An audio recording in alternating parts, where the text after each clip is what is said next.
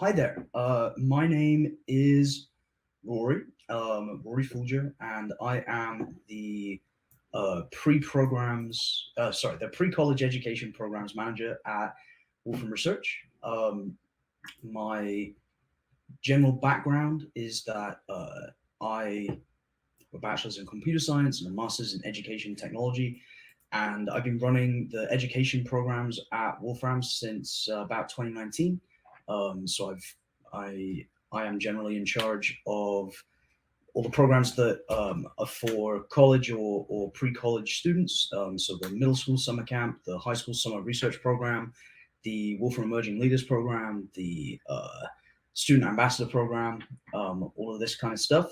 Um, and we are starting in the next few months, so starting in January, a brand new program called Computational Adventures, which is going to be a lot of fun, and will be focused on students aged around 11 to 18, and students with an interest in STEM, in computer science, and that'll include kind of individual students, but also families, schools, after school clubs, libraries, all of this kind of stuff, where the kind of overarching goal is to learn Wolfram language coding skills, but also learn computational thinking, learn some kind of independent thinking, some project stuff, and to really explore the kind of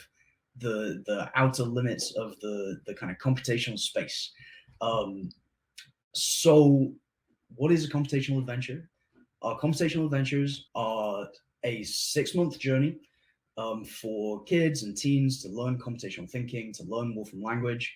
It's kind of a subscription type vibe, kind of like those, the kind of STEM subscription boxes that you might get in the mail with lots of interesting stuff inside them. These are obviously all online in Wolfram notebooks. So students are sent a new adventure every 2 weeks, and they work through it with the support of our super active Discord community. So we have people hanging out on Discord and helping students with questions and all of this kind of stuff. And we get lots of students who are coming in with no computer science experience at all the way to being pretty competent in any other language to being pretty competent in Wolfram language. So we're kind of working with the whole group. I wanted to just give you some examples of some computational adventures that we have. Some examples would include composing computational music, building facial recognition classifiers, solving math problems, creating cryptography ciphers, computationally analyzing Shakespeare plays, exploring real-world data, working with maps, building random layouts for board games like Catan, image processing, generative graphics, writing computational poetry, building meme generators, creating active content, creating interactive content, building websites, all this kind of stuff. So each adventure includes a tutorial on the relevant Wolfram language function and an explanation of that content area. So maybe some background in cryptography stuff, and then multiple levels of problems to solve. So maybe some entry level and some more advanced problems, and then some self-contained kind of mini projects and extension ideas to complete over a much longer period of time. Alongside this, adventurers kind of gradually learn to code in Wolfram language, and they develop their skills and their confidence in programming and in computational thinking, all at the same time. So what the general adventure format is, and let me just pull one up so that we can have a little look at it. Oops. Why not? So this is an example of a computational adventure. So we go through. For this one, the adventure is to write some computational poetry. So we look at the kind of ways that Wolfram language gets words. We look at different functions that we might use to get random words. Then we look at some string manipulation stuff. We talk about how strings work, how string splitting and joining, and demonstrate some other functions. And we talk about string templates, which is a slightly unusual thing to get into at this kind of early in somebody's Wolfram language journey. And then we talk about select and selecting based on patterns. And we even talk about kind of resource functions and stuff like that. And then for this one, there are two different kind of mini projects. There's one that's kind of a Mad Libs poem where you're generating a random word to put in each little hole. There are kind of hints associated with each thing, steps and functions that you might use. And then the next one is making haikus. So for a haiku, obviously that's a 5-syllable, 7-syllable, 5-syllable poem where you would want to kind of generate and test and get your poems to be the right number of syllables. And then we have an extension where maybe you do a similar thing to that, but using some machine learning thing if you are a little more advanced, which is pretty cool. So there's a kind of large variety of things that these students learn. As I said earlier, kind of ranging from composing computational music to solving math problems to creating cryptography ciphers to exploring real-world data to working with maps to image processing, generative graphics, writing poetry, making art, all kinds of really exciting stuff.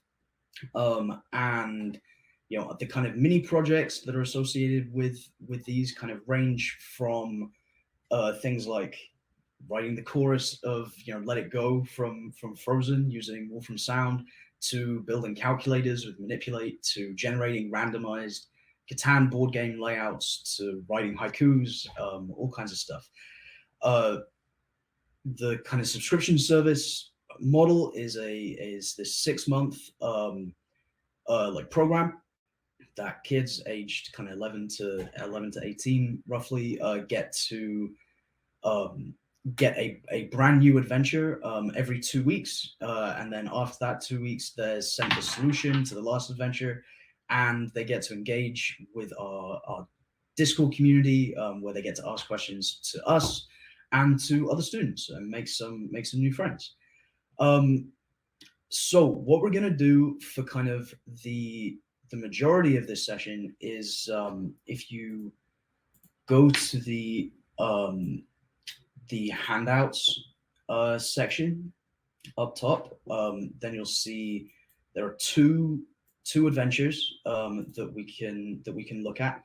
If you're pretty confident in your Wolfram language skills and you want a more advanced adventure, you have a look at the computational poetry one.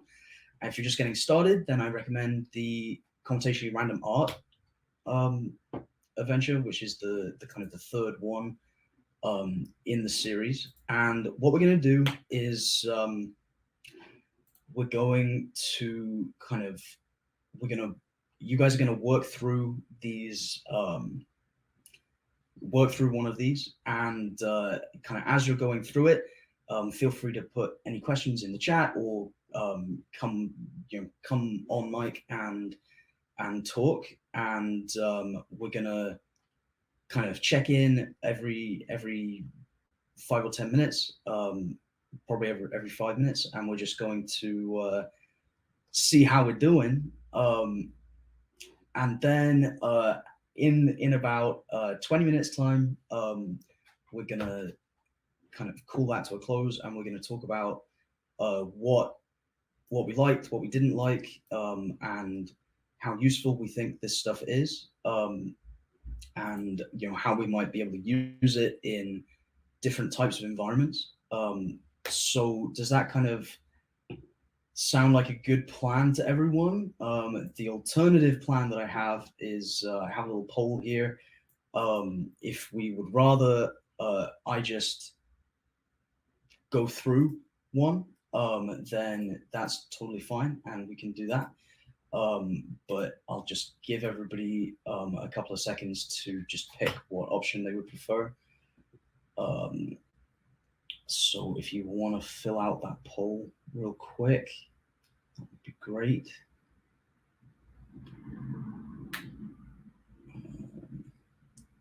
Give another 5 seconds to fill that out.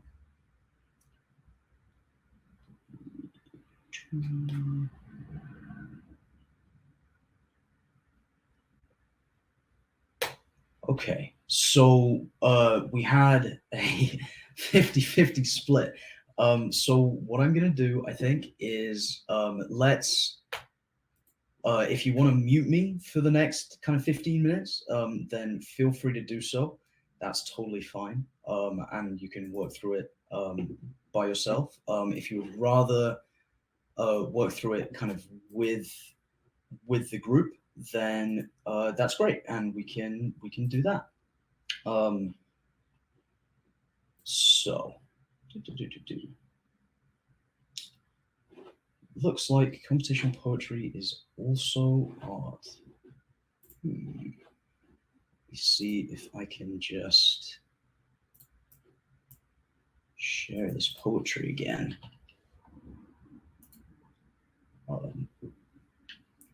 Okay, hopefully computational poetry 2 will be poetry now. Let me know if it's not. But okay, so let's just let's go through this one.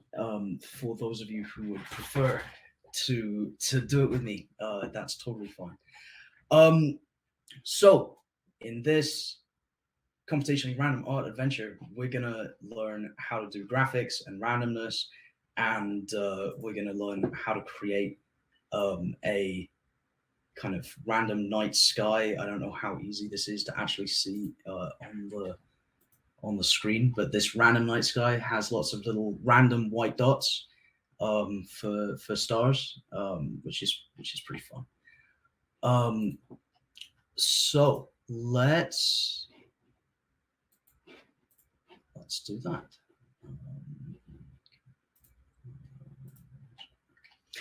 Okay, so in this computational adventure, we talk about how graphics get built with different components. So we can use graphics to display named shapes. So we know that there are a variety of kind of named shapes in Wolfram. So we could do rectangle, triangle, disc, circle, all kinds of different shapes that we can make in Wolfram. And then we can give them colors. There are loads of colors built into Wolfram. We can change the color, and all we need to do for that is put it into a little list at the beginning. So we go list, color, comma, the shape, end of list. And if we want to give it multiple colors and shapes, then we have to give it in the list the color that we want our first thing, and then the location that we want our next shape. So we know that triangles have 3 points. Point 1 is in this point in space, point 2 is in this coordinate, and point 3 is at this coordinate. And then if we want to change the color for the next thing, we just put the next color and our disk. If we don't want to change the color, then we just don't have to specify a new color. And we can have whatever color we want. And we can change the location however we want to do it. We can also make unnamed shapes. We can make a shape with any side or whatever that we want, and so we just put in Polygon the list of the coordinates that we want to do. And most importantly for our little mini project is we can display points. So we get a point on each thing, and then those appear in our graphic. Or we can do exactly the same thing, but with a line. We can set backgrounds to be whatever color we want. Easy peasy. We love it. The next kind of thing that we teach in this adventure is kind of randomness and generating multiple things. So our kind of first function that we demonstrate is random choice. So every time we run this, it randomly chooses a color from blue, yellow, and green. Obviously, those could be any colors or anything at all. We create random numbers by giving random integer a little range, and we can use random real to get random numbers that aren't whole numbers, which is pretty cool. Making lots of copies of things we can do using a function called table, which if we're familiar with general Wolfram language structures, we're probably pretty familiar with table. We can also use table to kind of iterate through ranges or to iterate through lists. So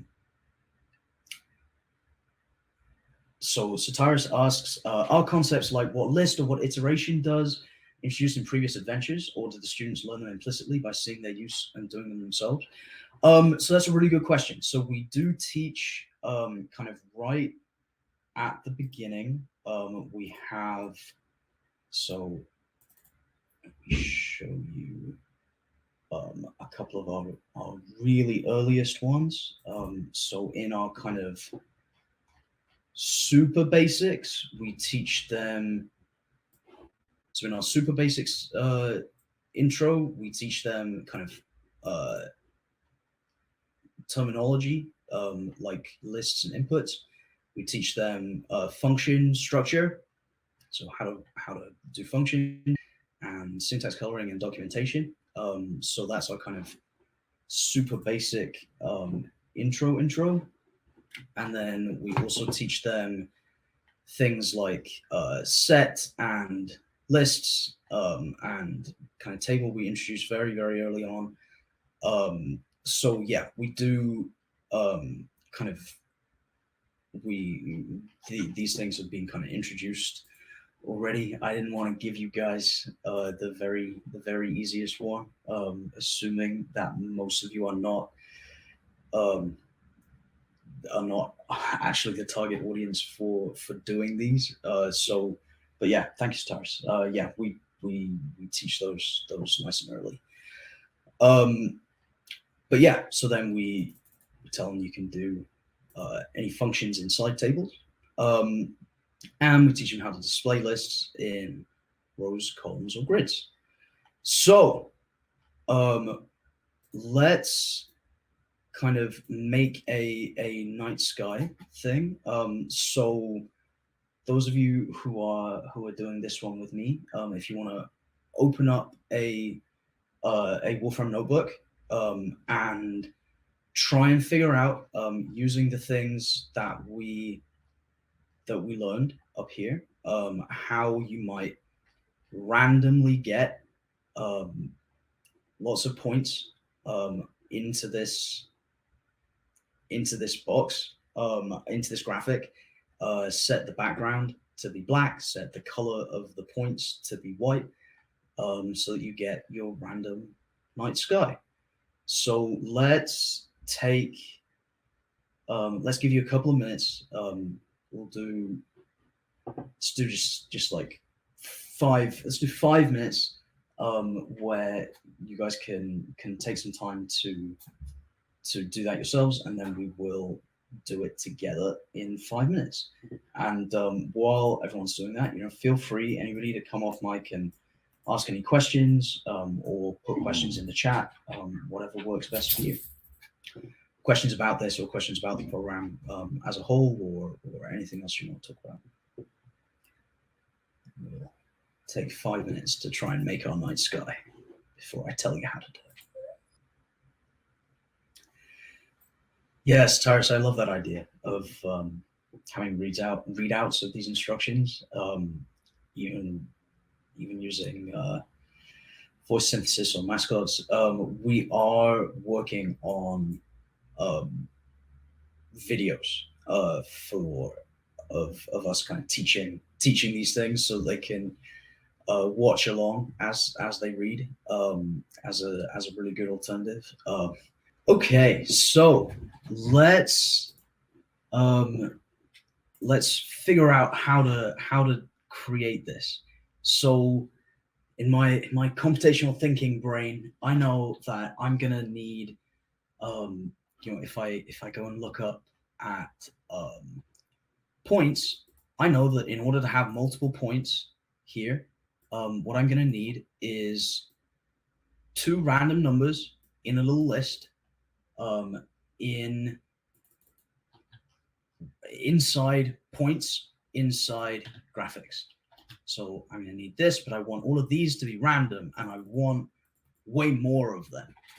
So let's try, if I want random numbers, I want a random integer, and let's just make my thing really big. Let's say, I want it between 1 and 200. Then now I have this. That's great, but I want two of those, right? So I'm going to want a list of random integer, random integer. Oh, I love it. I'm going to want that to be inside point. I know that already. Great. So that tells me where my point's going to be. And now I want 100 of them. And I know that if I want 100 copies of something, I use the function table. So we're building it out kind of step by step. Great. Now I have 100 points that are all in random spots. And if I do a graphics of that, I'm going to get this little guy. I love it. But what I really, really, really, really, really like is, I want all of them to be white, right? And I want my background to be black. So let's just see if I can set background to black. Well, I'm going to set it to yellow right now so that I can still see my things. And I know that I want this to be white, but I don't know, I got some weird list things going on now, so I'm not quite sure if I'm going to be able to do that. Oh, well, it does look like that worked. We love it. Okay, fine. Then we can let that do. So we can set this to white, and we can set this to black. Fantastic. Beautiful.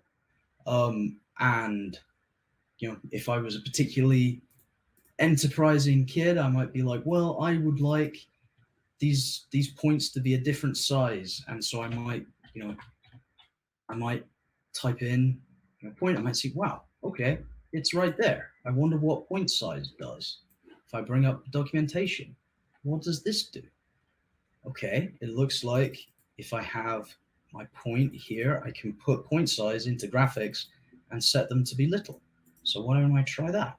I'll just do point size of, let's do 0.1 and set them here. Now I have little ones. They're not really as small as I want. Let's make them really small. Okay, now I have a beautiful night sky. I figured it out all by myself.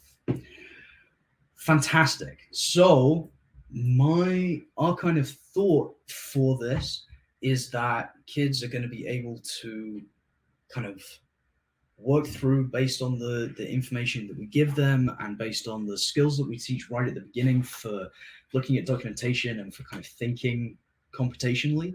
They're going to be able to kind of figure out how to do these little mini projects, and then there's a variety of mini projects inside each one that get kind of increasingly complex. Like this one is pretty, it's not inconsequential, the code for this. And then so we give them three things that get increasingly complicated, and then we say do something, do whatever you want. And we give them some examples of other art that's in this case being created by people their age, people from the high school summer research program this year, who made some cool art in one of our computational art workshops, and we say, go for it. And we had loads of really great responses in our Discord from this, where kids came up with some really cute stuff, made some really good executions of these projects. Did anybody come up with a solution for any of the other art ones, or for any of the computational poetry ones that they want to share? Yeah, we've got a different solution here. Nice. So we can see how this is very similar, but slightly different, using map instead of table. This isn't a skill that they have yet. We haven't taught them this yet. The pure anonymous functions and map, but yeah, beautiful solution. We love it. Did anyone else come up with anything different, or anything for any of the other projects across either adventure? I'm told that you are able to share screens if you want to. Oh, and question was asked, how about animating them to appear and disappear for different times to sparkle? And that's a really great idea. I love that. I bet that that would be a pretty straightforward thing to do with a function like list animate, and I'm sure that would be a really great extension to one of these projects. I think that would be fantastic. Yeah, I mean, we can try something like something very simple for this right now. Let's do this 10 times so that we get 10 random things, and then we'll do a list animate of that, so we'll get 10 random iterations of our night sky, which isn't quite what you asked for, but you could change a different thing like their color or their size in your table. Very cool idea. I love that. Anyone else come up with anything for any of these adventures? You can speak up and ask to share your screen, or whatever you would like. A couple of minutes to volunteer for that.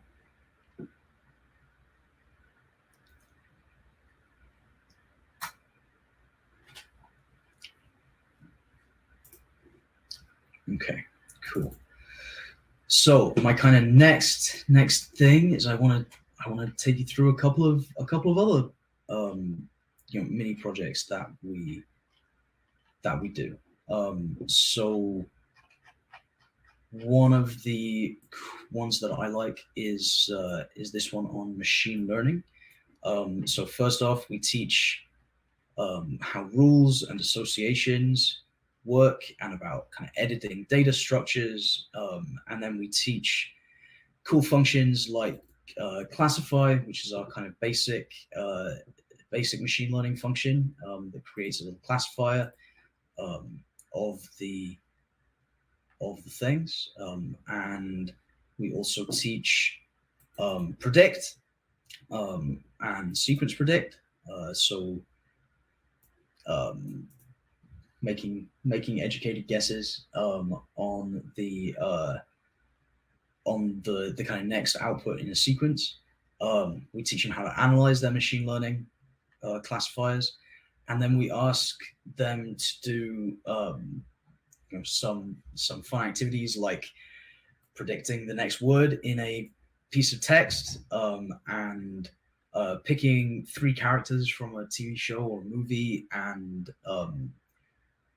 making a little classifier that figures out, which Harry Potter character you look most like, or whatever, and they always enjoy that one. Another kind of different type is this kind of real world data stuff. So we teach them how to use our entity data sets and geographic data, and we also teach them some basic kind of if and which structures and tests. And then we have, I really enjoy this kind of scavenger hunt type vibe. Kids often have a good time doing that. So using entities to find different things, and then using the documentation to find out how to do, how to find out various different types of information, which is a lot of fun. And then we have them do things like, plan a road trip. So they have to look up some geography stuff and some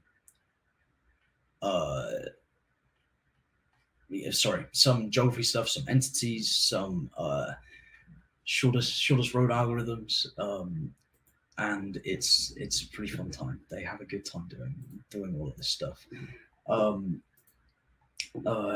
Just addressing comments. Phil, getting the right effect for the lines takes some. There's some math involved in that, and that's often a challenge for them. It's a regular question that we get. And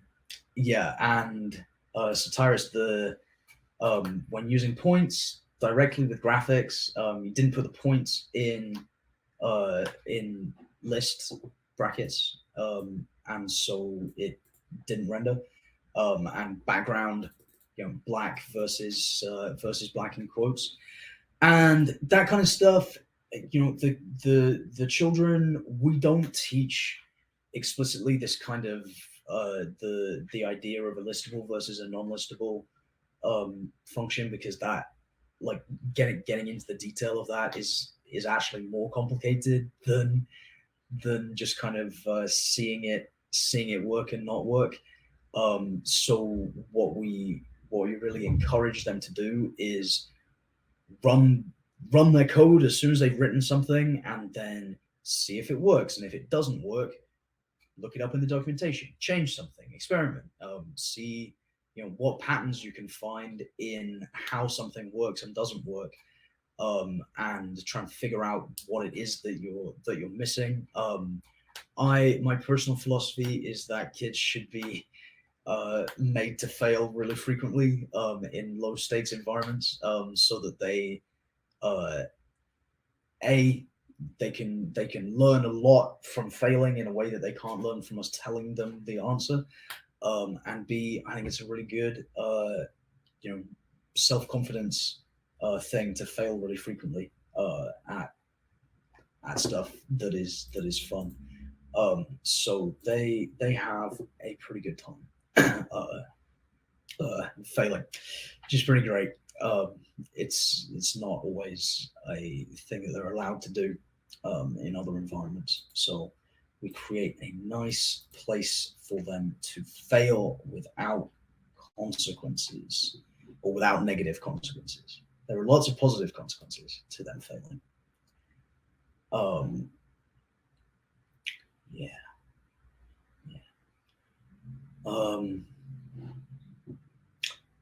Great. Well, there.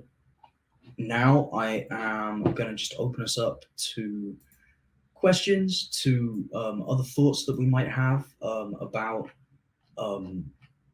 these adventures, about the kind of philosophies that you're seeing kind of behind what we're doing. Any questions that you might have about running these activities with kids. Feel free to ask anything, either in the chat or in the Q&A if you want. Like, the chat lets everyone see, and the Q&A only lets me see. So yeah, feel free to ask your questions. Yeah, yeah, I really love failure.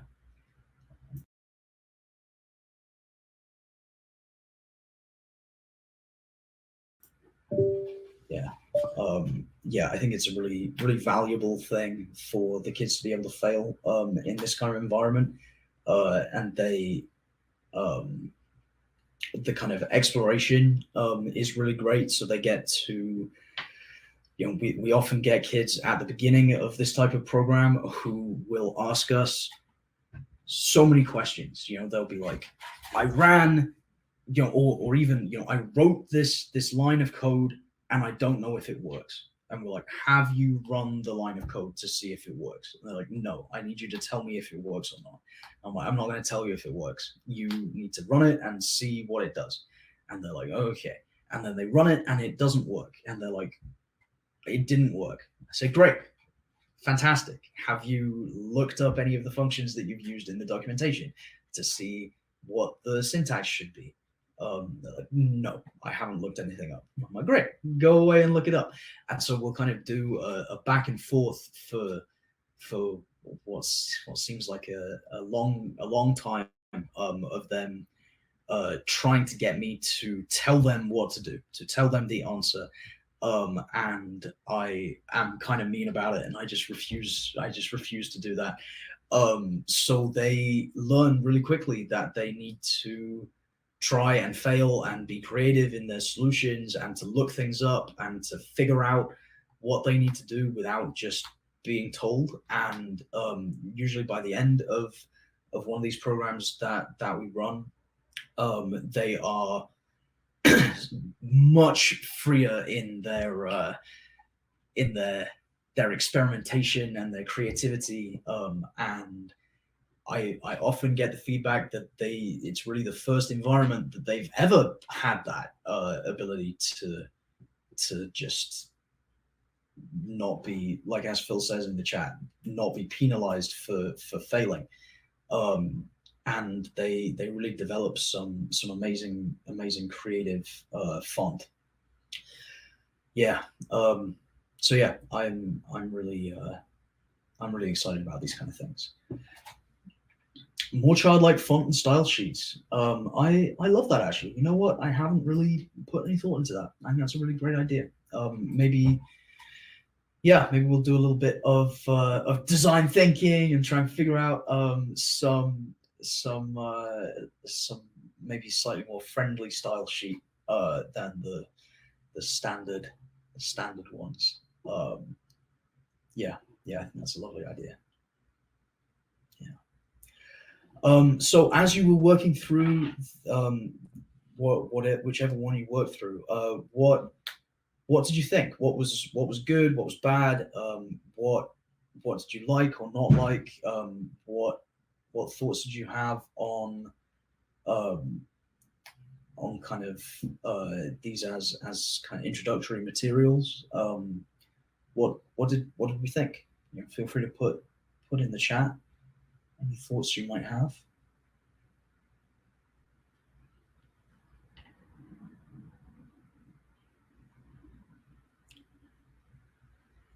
Let's do that.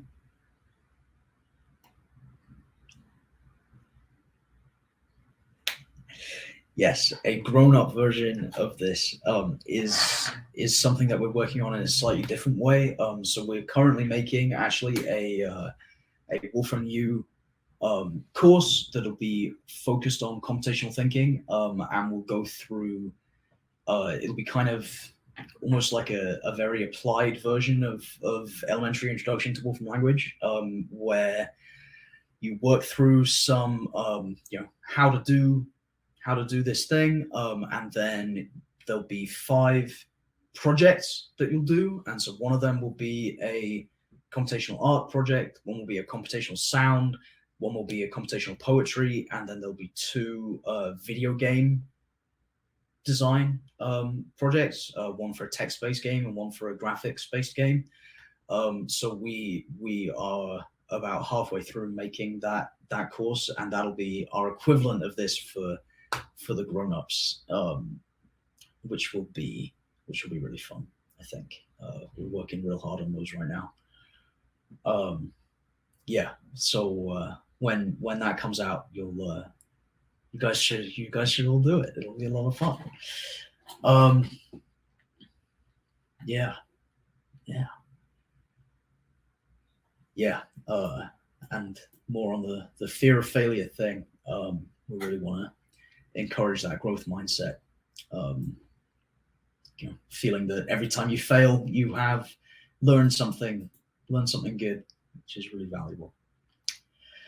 Okay, fantastic. If no one has any other questions or thoughts, then I will let you go early to enjoy the rest of the conference. We'll be talking tomorrow morning at 9:30 CT on designing engaging programs for kids and teenagers, where I'll get much more into the kind of pedagogy and research and stuff behind the programs that I run, including the high school summer program, which is our kind of big program that's very, very cool. And we'll be talking in a lot more detail about the method behind everything, and its pedagogies behind the choices that we've made in designing those.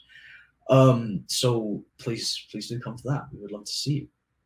If you're interested in running computational adventures in a school or a library or anything like that, then shoot me an email. So my email is wolfram@wolfram.com. Oh, it won't let me type that into the chat. So roryf@wolfram.com is my email, and you can send me an email asking about that. If you're interested in having your kids sign up, then you can go to the Computational Adventures website, which is right here, and you can sign up. Okay, well, I hope that you have a wonderful rest of your day, and we will talk to you real soon. Thank you, guys.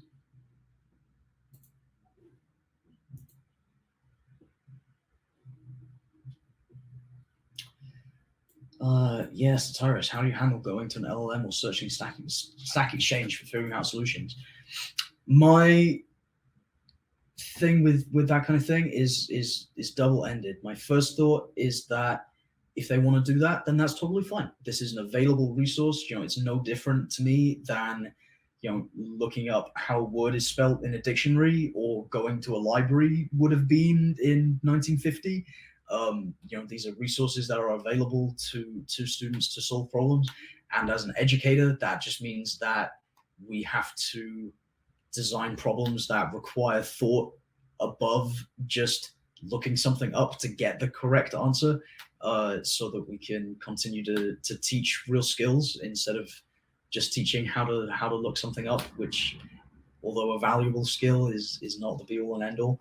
I really encourage kids to search Stack Exchange and figure stuff out, and to use other people's code. This is how real coders code, is looking it up. I don't know anybody who just sits there and just writes new code with no input from the internet. It's a pretty unusual way of doing computer science these days. So we definitely don't penalize them looking things up on the general internet. As far as the LLM stuff goes, I do warn kids usually that if they get an LLM to do it, then that's fine, but that often means that they won't have solved the problem in its entirety, because the LLMs are good, but they're not a human having thoughts. And B, they haven't learned how to do it if they just submit something that an LLM has done. So for these kids who are kind of paying to take part in this program, so that they can learn something interesting. They haven't met their own goals by running it through an LLM and then saying that they've done it. And I'm not particularly interested in teaching kids who aren't interested in learning. So if that's what they want to do, then that's okay. But I generally say up front that you're not going to learn as much getting ChatGPT to do it as you are doing it yourself. Yeah. But yeah, usually helps a lot with function discovery. And there's nothing wrong with putting these things through LLMs. They may well give you hints that you didn't have so that you can figure stuff out for yourself, which is great. Never opposed to that. Any other questions anybody might have? Yeah. Okay, fantastic. Then I'll let you all go. I'll hang here for a minute in case anybody wants to stay behind and ask any questions. And everybody else, I hope to see people tomorrow to talk about some pedagogy, about the other programs that we run. Can you hear me? Yes, hello. Oh, hi. Did you say your email was roryf@wolfram.com? Yes, that's correct. Yeah. Okay, good. So I RORYF. sent you an email then. Thank you. Perfect. I wanted the stars to sparkle. I wanted a time, an animated with time, so that they could only go on at different times for a certain amount of time. I wanted to see you do that. Amazing. I can yeah, if you shoot me an email, I will code that for you, and you can see. Oh, you can't give me the answer. Yeah, well, yeah. Write some code and send it to me, and we can talk about it. I think that's a hopefully beautiful idea. You'll get my email. It's actually about running an after-school program, but oh, fantastic! I think this is just a genius idea, like all Wolfram ideas. We try. Thanks.